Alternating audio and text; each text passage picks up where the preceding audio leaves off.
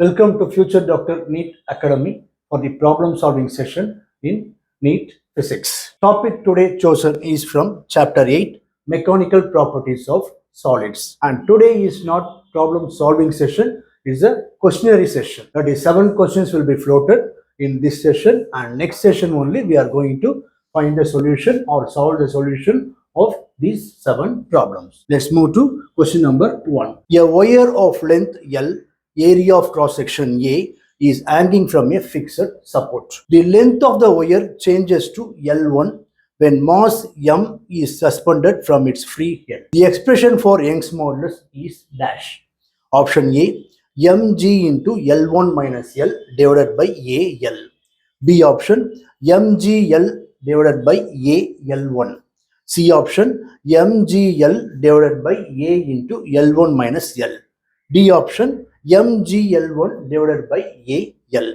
By knowing the relationship between Young's modulus and then its mass and stress strain, we are able to find the solution for this question. Let's move to question number 2. Two wires are made of the same material and have the same volume. The first wire has cross-sectional area A and the second wire has cross-sectional area 3A. If the length of the first wire is increased by delta L on applying a force F, how much force is needed to stretch the second wire by the same amount? A option 4F, B option 6 times of F, C option 9F, D option F. No change in the F. Let's move to question number. The bulk modulus of a spherical object is B, capital B.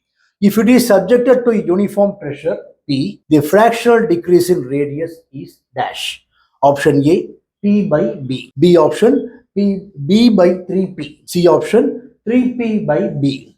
D option, P by 3B. By knowing the formula for bulk modulus with respect to pressure, you are able to find the solution for this question. Let's move to question number 4. A copper of fixed volume V is drawn into wire of length L. When this wire is subjected to a constant force F, the extension produced in the wire is delta L. Which of the following graph is a straight line? Delta versus 1 by L, delta L versus L square, delta L versus 1 by L square, delta L versus L. That is, you should know the relationship between delta L and L in graphical method, whether proportional or directly proportional. By knowing the idea, you are able to solve this solution. Let's move to question number 5. The following 4 wires are made of same material. Which of these will have the largest extension when the same tension is applied? Length 50 centimeter, diameter 0.5 millimeter. B option, length 100 centimeter, diameter 1 millimeter. Length 200 centimeter, diameter 2 millimeter. Last option,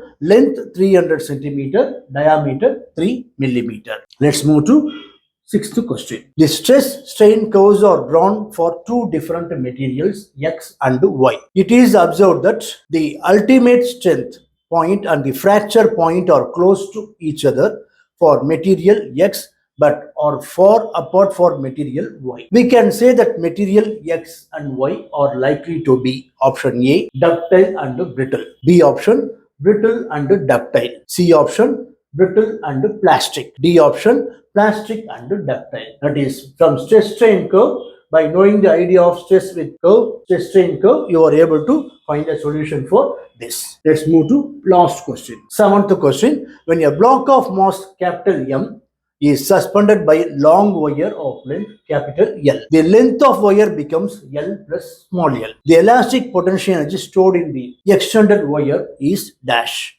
Option A, mg into capital L.